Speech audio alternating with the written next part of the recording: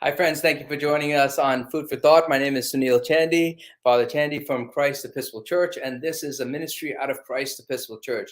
And thank you for being with us today in this live program. Today is one of those days that we are engaging with our community, and it was snowing out there this weekend. It was hard to get shoveled out, but we're all most of us are shoveled out, and so we're connecting with you. And of course, if you are at home, it's safe to be at home, especially when you have this inclement weather. And hopefully, you'll be safe as you shovel and come out to do the normal activities of the day. If you are here with us, please do connect with us. Tell us that you're here. Tell us that you're engaging with our ministry, so that we could see how this is working. We can adjust it according to your needs. It's all about connection for this ministry, and our need to and desire to connect with you, and then hopefully through this programming you could connect with our neighbor, and most of all with God. Today, this Sunday, we just did our annual meeting, and it was a really good annual meeting, although we had to adjust it because of the snowstorm.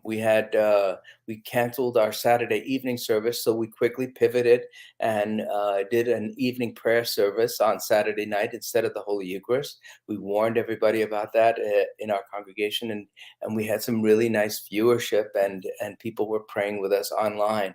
And then on Sunday morning, we canceled of course, we had our annual meeting after our 10 o'clock service, and again, we streamed it online. And the reason for that was because we have a number of people through this online ministry who've connected with us all over the country, who are now part of our congregation.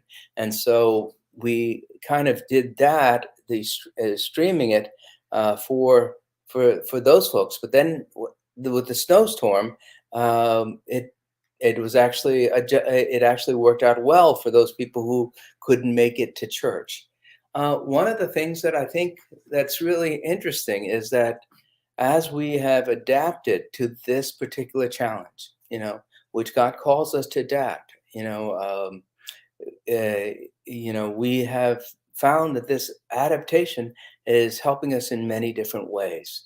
The lesson from this Sunday that we read is from Jeremiah, and the first lesson was from Jeremiah chapter 1, verses 4 through 10, and it was all about the prophet Jeremiah, who was being chosen, and how he felt inadequate to the situation, and yet God said to him in a vision that I have chosen you. I've chosen you even before you were born. I have ordained a message for you to speak to the people, to my people, to your people. And it's a message of hope.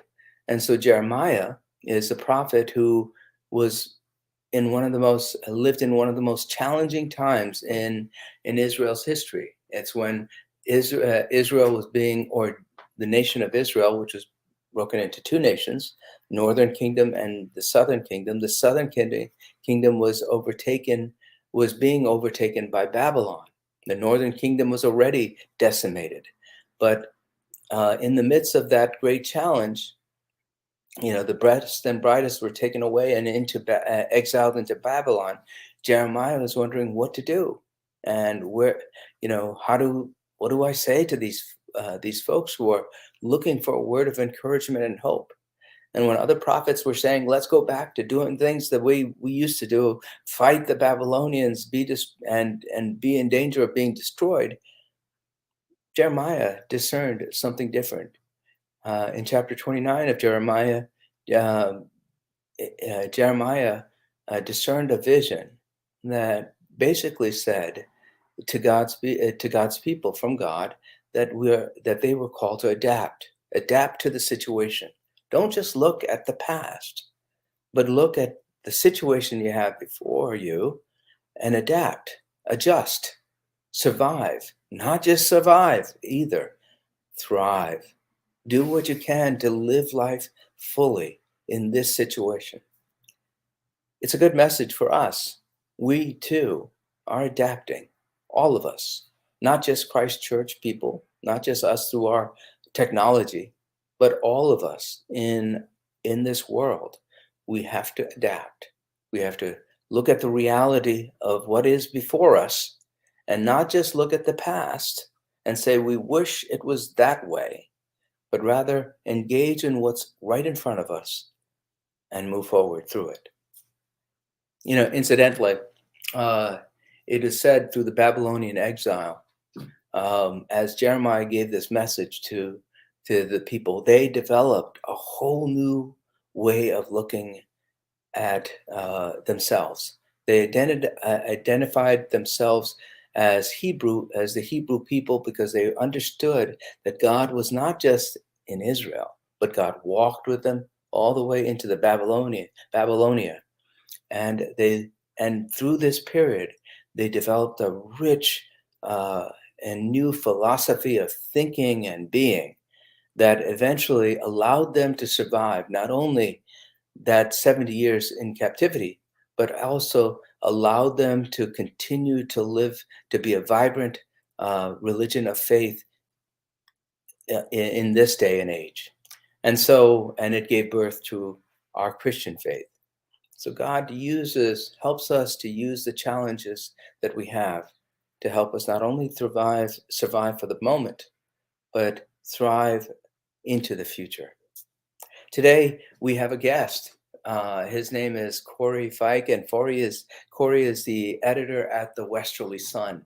It's a local newspaper here in this area for Westerly, Stonington, and again this whole region that we're living in. It's a wonderful local paper, and Corey is a deadline-driven print and digital content manager with a proven track record in editing, writing, and design on various platforms. And his expertise includes social media, SEO marketing, CMS management, analytics, and database reporting. And he's got a rich bio, I'm sure, that we'll hopefully delve into a little bit more. But Ben, please bring Corey on board. Hi, Corey. How are you? Sunil, how are you? Oh, I'm doing great. Good. And I'm so glad that you're doing okay. You look great and you look comfortable. Thanks. I tried to get the lighting right. That's always good. I do the props too. I mean, I have the cross behind me. I have all my bookshelves. Yeah. And it makes me look like I'm smart. Well, I'm at home, so I had to find a spot with good light and without a messy background. So this is the best I could do with my kids' sports room. Oh, that's okay. I love the sports paraphernalia in the back too. It's beautiful. Excellent. Yeah. So, I was just, talking about this whole idea about adaptation, and God calling us to adapt to our situation.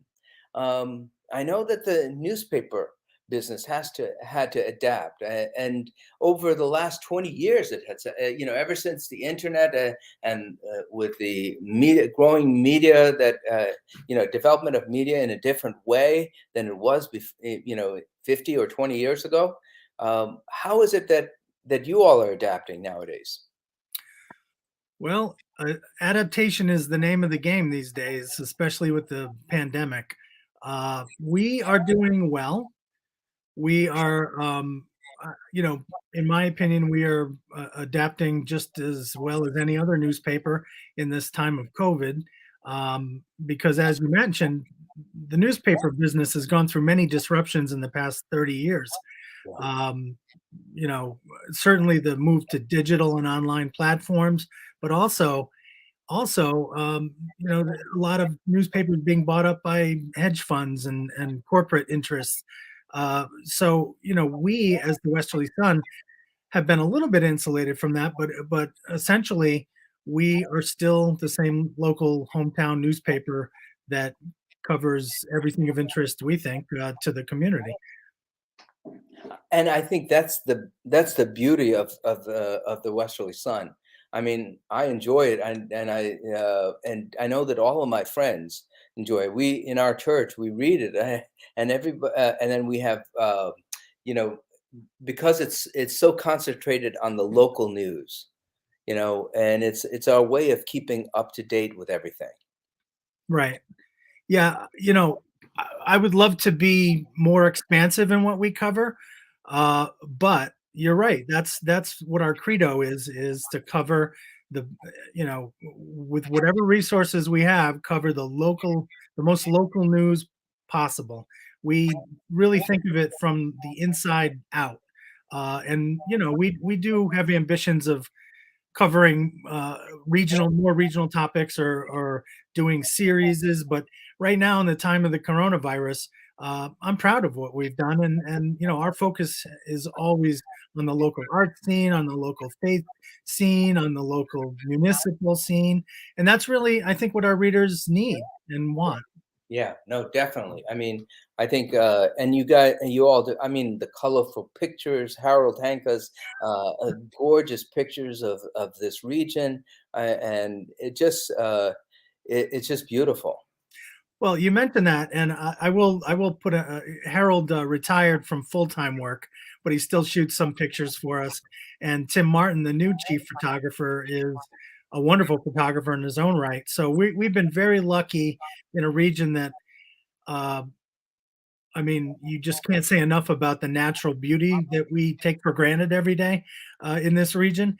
And one of our missions at the Sun is definitely, we put photography on a pedestal because it is so uplifting. Yeah. So in the midst of this COVID, what was the challenging? What are some of the issues that are challenging here in the midst of COVID for you? Well, I mean, most of it is in the staffing. Um, my reporters for the better part of 2 years now have mostly worked remotely, and so we don't have a newsroom per se anymore, where 5 or 6 people are in a room and exchanging ideas and collaborating and shouting and whatever else happens in a newsroom. So it's become a much, more difficult job to kind of keep the group and the team together and to keep the operation running cohesively. But that being said, I think we've done a great job and everybody's adapted well. I mean, what can you do? Nothing, especially in 2020 when almost nothing was open. Yeah, Uh, we have to find a way to keep going and work as a team. And my guys and gals have done uh, tremendously. I'm really proud of how we've kind of worked through this, and hopefully soon we'll be coming out of it. sure. So, like, do you do the meetings now on Zoom or something like this type of scenario? I've sometimes we do some Zoom meetings, but mostly I go one on one with phone calls or texts and that sort of thing. Every day is kind of a moving target, but I mean, we've found ways to connect. I've driven to their houses sometimes, just for my own sanity, heavily masked. But yeah, I mean, we aren't comfortable having in person meetings yet, so and we're just kind of still hunkering down. Yeah, yeah. No, I But I'm it, in their business. Don't worry, I'm all we're I have many ways I can get a hold of them. That's so, and so and you're right. I mean, even for us, even though we want to have the in-person meetings, these sometimes this is actually the technology has proved to be very useful in one way because we kind of even connect in a way that allows more participation, right? Uh, and Yeah. so that's a good thing. Yeah, I think it's a great thing. I Yeah, mean, I can't imagine certain aspects of life ever going back to how they were. right, right. I mean, the technology has really allowed a lot of businesses to do things a lot more efficiently, and things like allowing restaurants to serve food outside, Yeah, and there'll be a huge boon, I think, for that industry once everything settles down from the virus. yeah. But on the flip side, exactly what you were saying before, and what I think you were intimating towards is that we need that human one-on-one contact. You Absolutely. know, I know, like, when we started to have the in-person services again, we had to shut down because our diocese required it, and then we did a lot of online, only online, and then, but once we started to have those in-person services, I mean, every weekend, we'd have someone emotional, coming in there just saying, "I just felt so alone at home." And that's the crisis, a part of a crisis that we have right now, the feeling of loneliness and alienation from one another. Right. Yeah, I agree with that. Just from my own parish in Stonington, St. Mary's, Yeah. the people want to be in the church. Yeah. People want to be in the church, and it's maybe at a level never people's need to connect in person is maybe at a level never before seen, given how much it's been deprived in the past couple of years. That's right. That's Yeah, right. But I think the newspapers offer a different way of our connection. I mean, even I know that for me, it's very important to find the news, to right. kind of to know that what's happening in the community, while I feel kind of almost alienated from it behind a screen sometimes. Agreed. Yeah. Yeah, Yeah, I mean, what we try to do, I mean, what we've always tried to do, but it's even more important, I think, in these times, is we're kind of the thread that binds the garment of life, right? And we tell the stories of what it's like to live in this community, yeah, and sometimes that's a municipal meeting, and sometimes that's a feel good feature, and sometimes that's a review of a play, or sometimes that's Christchurch is getting a new roof, or a geothermal yes, system, right. Yeah, right? But that's it's the stories that bind our lives together in this community. yeah, yeah. And it is a wonderful community that we have. There's a everyone, it's got a small town feel, uh, and yet, and it's in some ways everybody knows everybody's business, but it's a good thing that way, because they know that you're safe. You know that someone's watching out for you. Yeah, I think so. I grew up in Pawcatuck, and I graduated from Stonington High School, and so I used to deliver the sun. I used to have to go pay my my my pittance to the old at the old Sun Building on Main Street. I used to have to go in those doors and walk up those long stairs as a 10, 11, 12-year old to pay the Sun for my papers that I bought for the week. So the older you get, the more wisdom and perspective you gain, and the more you appreciate the sort of warm blanket that a community like this is. Yeah, definitely. Because I can. This is I'm approaching the big 50. So it's looking back to when I was that age, and it's wonderful. I mean, I've certainly left for periods of years, but we came back here for a reason, and it was the community and our families. No, so I love this idea that you were actually delivering newspapers for the newspaper that you're an editor of right now. That's a Yeah. beautiful story, Oh, Corey. it's a success. It's a local boy does good, I guess. I don't know, Yeah, but yeah, it was. I never dreamed of being the editor of the Westerly Sun when I was that kid delivering the papers. But that being said, it was a sort of a pinch me moment when I got the job in 2014 to work at the Sun, because it really refocused my priorities on uh, it was a full circle moment, I guess. yeah. Now, where did you work before? I mean, so you left after you graduated from Stonington High, Sure. uh, and then you went to college, and then I guess Virginia Commonwealth University, Yeah, and well, yeah. First, I went to Southern Connecticut State and got a bachelor's degree in journalism, and then I went to Virginia Commonwealth and got a master's in English literature. So, and then worked in the newspaper business, and yeah. So I first I worked in marketing, and then I was lucky enough to get a job at the Day newspaper in New London, and yes. I worked there for almost 10 years. and then I was offered a position to be a regional Connecticut editor for Patch.com, and so I worked for them for 4 years, and then I got the job at the Sun in 2014. Yeah. So, like, and so you've been through a lot of transitions in terms of like the whole society has been through transitions from moving from newspaper print media now to digital, but you have that experience in the digital.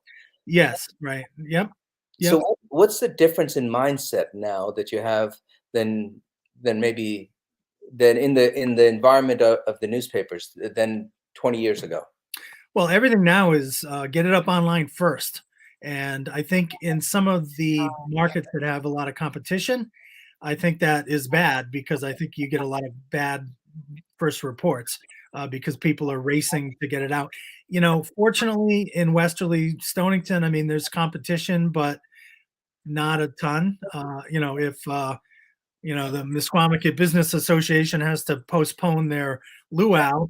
The Providence Journal is not going to swoop in and scoop me on that. So it is a feeling of comfort, but certainly we try to get everything out online as soon as we can because that's where people are getting their news now. Certainly their first run of it. Right. So, that's interesting though. I mean, so the idea that the scoop is still a concept, right? That someone that and there's a competition between newspapers and news media, I guess. Yep. Yep. Yeah, I mean, certainly in the cinematic movie version of newspapers, that's always the part of the plot line. Yeah. We gotta get the scoop before the Herald gets it. But we just try to get at things. If people see things in the community, if there's construction going on, or if they're laying the pipes for the Winnapogue Pond dredging, or if there's a lot of police at a certain location, we try to get it up as soon as we can so that we can basically answer the question of what's going on. Yeah, no, Yeah. and that's the beauty of the sun. I mean, when we were putting up the geothermal system, everybody was asking, "Well, what are you doing?" Right? We had this fence that was taking part of our front lawn. They wanted Right, to know, right? right, And right. so you guys did an article on it and just said, "This is what we're doing. We're not digging for gold." Yeah. Yeah, well, that was one of my favorite articles. That was super informative Yeah, on the whole process of the geothermal pipes and stuff like that. yeah. It's fascinating. It really is. It is Congrats. fascinating. We're gonna Bold move. we're gonna have the engineers come in and give a presentation on it because I find it fascinating. I Yeah, mean, going down, getting the heat, and even now we have the heat in our church, being heated from the ground, right. it's a beautiful thing. Yeah, well, I don't know, this is far afield for our discussion, but I've seen them put it in houses, and it's tremendous, and it shaves the energy cost big time, so Yeah. congratulations on that. No, no, definitely. It is a little bit more expensive, but we also figured it was an investment in our future. We expect our church to be here for over 100, 200 years. I mean, that's why we put in a new roof. And so, Church, yeah.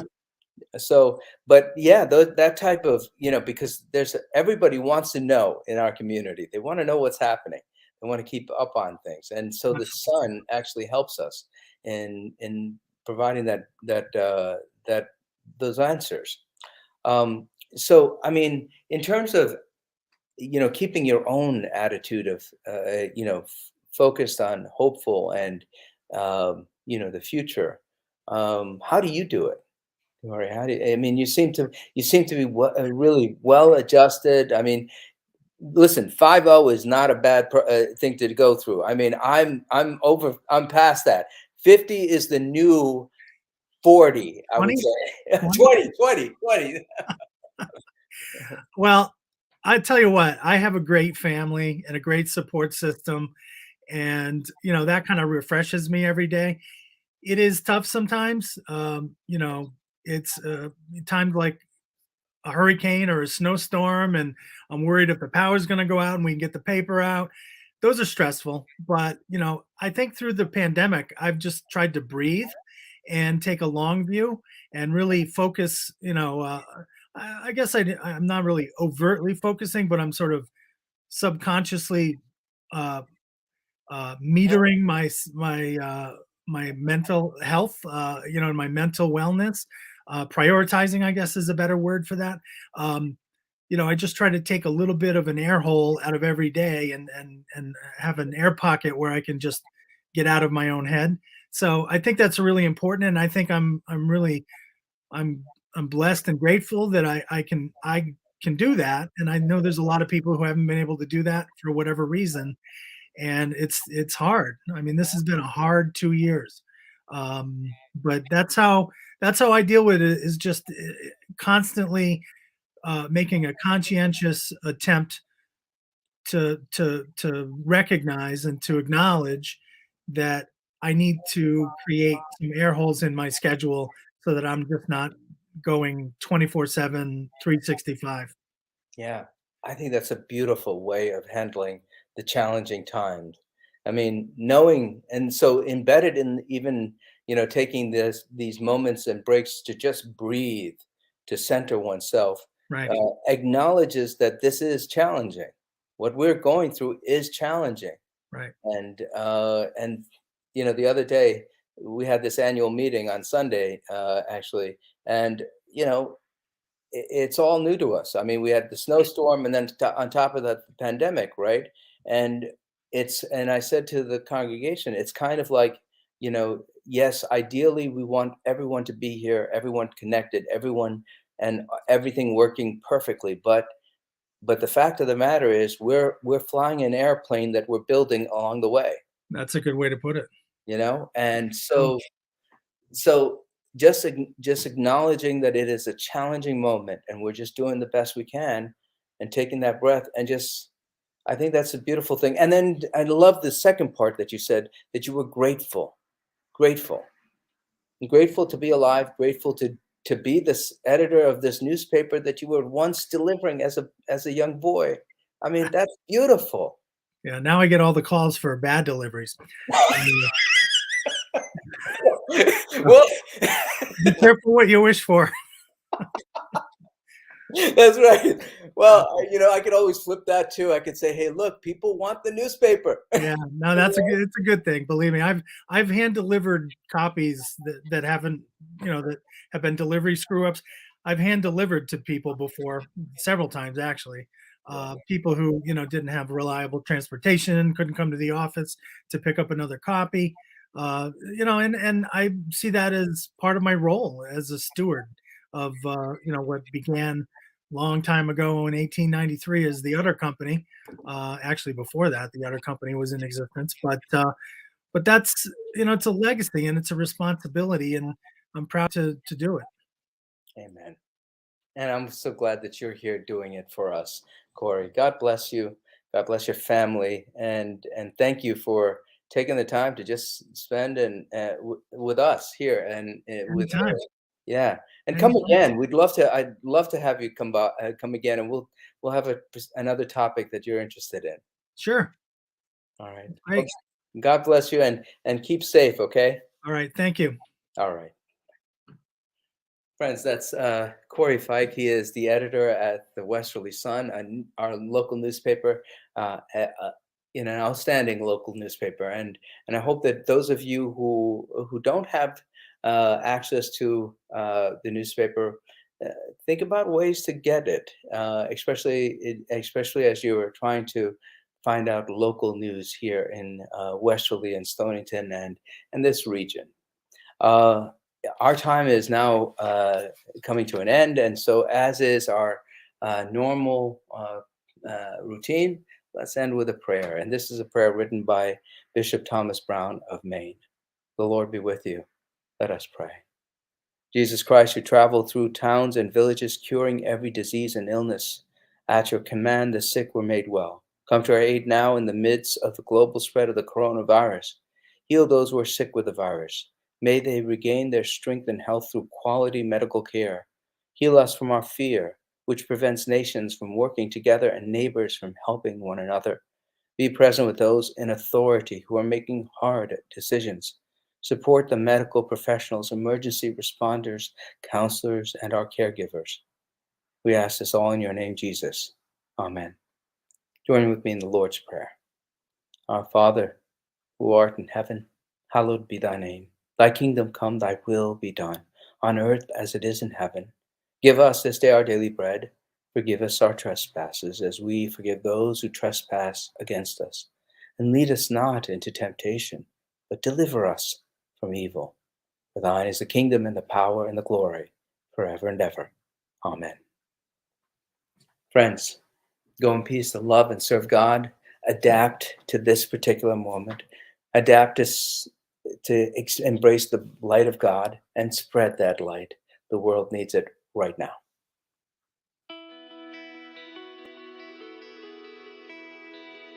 Thanks for watching. Did you know that you can join Christ Church from anywhere in the world? If you're feeling connected to what we're doing, email us today at communicate@christchurchwesterly.org.